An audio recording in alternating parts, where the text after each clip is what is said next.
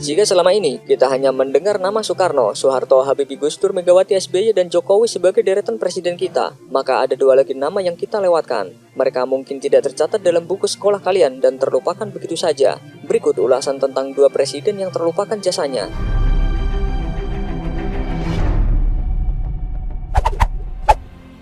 Syafruddin Prawira Negara.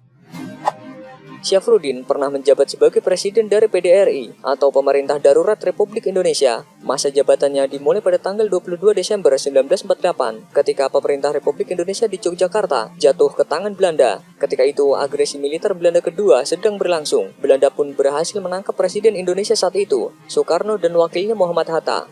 Ketika ditahan, Soekarno mengirimkan pesan rahasia lewat telegram kepada Syafruddin. Isi dari pesan itu adalah perintah untuk Syafruddin yang kala itu menjabat sebagai Menteri Kemakmuran untuk membentuk pemerintahan darurat di Sumatera. Atas perintah itulah dibentuk PDRI dan Syafruddin ditunjuk sebagai presidennya. Tidak hanya mendapat izin Soekarno, PDRI juga mendapat izin dari negara di dunia internasional untuk berdiri. Sehingga pada 22 Desember 1948 diumumkan berdirinya PDRI. Pada hari itu pula Syafruddin menjabat sebagai Presiden Indonesia sementara. Setelah agresi militer Belanda kedua selesai, Belanda menarik pasukannya dari Indonesia. Pada tanggal 13 Juli 1949, PDRI diserahkan kepada Soekarno yang kala itu telah dibebaskan Belanda. Akhirnya PDRI dibubarkan dan kita kembali pada pemerintahan NKRI dengan Soekarno sebagai presidennya. Syafruddin disebut-sebut sebagai Bapak Penyelamat Republik Indonesia oleh para sejarawan. Mr. Asad.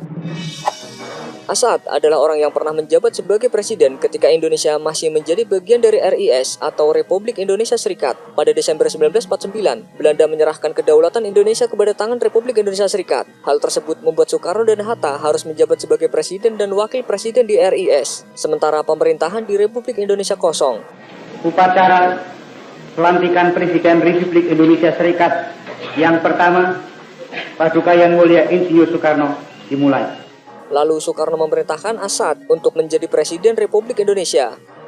Pada masa jabatannya sebagai Presiden sementara di RI, Asad berperan penting sebagai pendiri dari Universitas Gadjah Mada yang merupakan kampus pertama yang dibangun oleh negara Republik Indonesia. Asad dikenal sebagai cendekiawan yang cerdas dan membuat Presiden Soekarno mempercayakan kepemimpinan padanya. Namun, masa kepemimpinan Asad hanya bertahan kurang dari 1 tahun. Jabatan Asad sebagai presiden adalah perintah dari Soekarno untuk mengisi kekosongan pemerintahan. Namun seiring berakhirnya masa jajahan Belanda, Republik Indonesia dan Republik Indonesia Serikat sama-sama diakui oleh dunia internasional. Keduanya kemudian dilebur menjadi satu menjadi NKRI pada 15 Agustus 1950.